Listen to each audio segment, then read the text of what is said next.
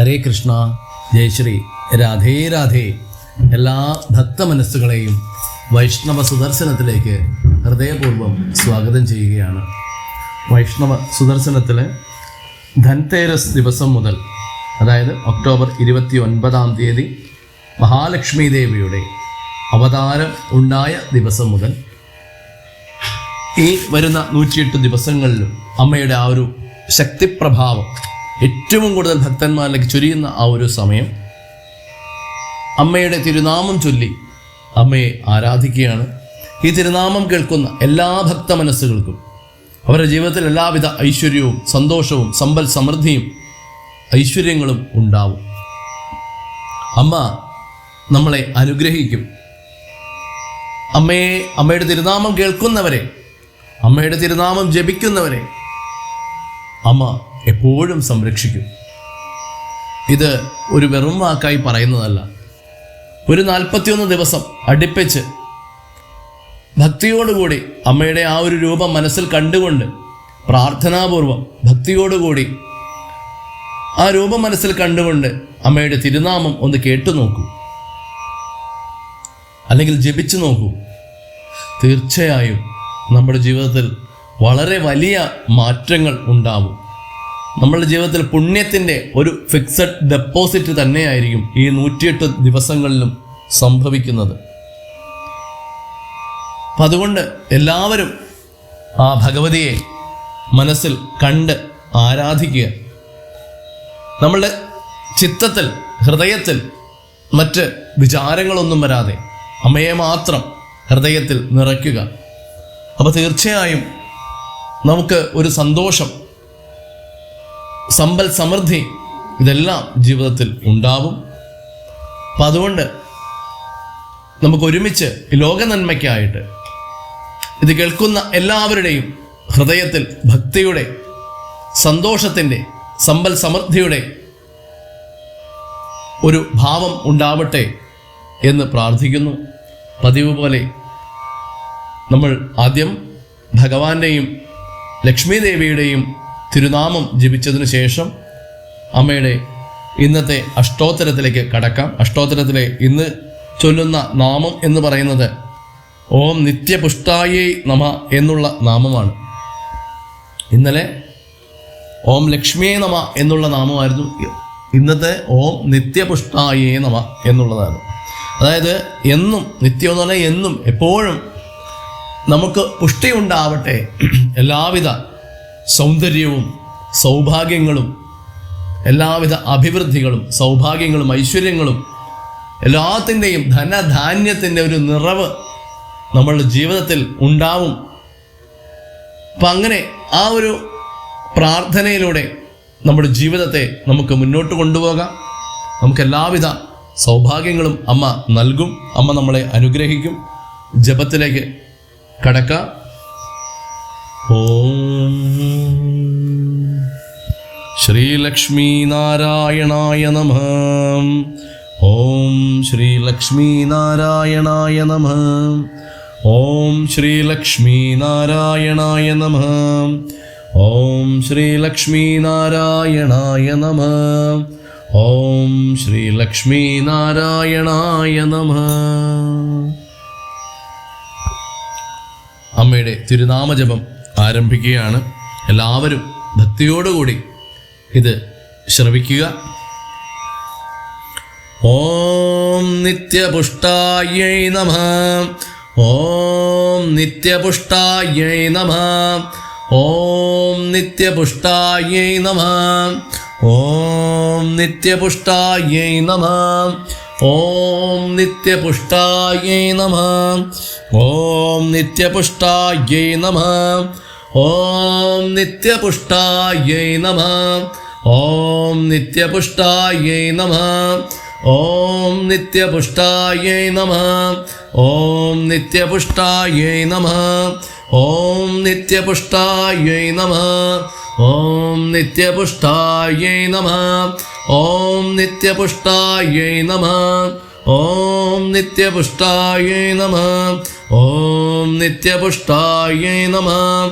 ഓം നിത്യപുഷ്ടായൈ നമഃ.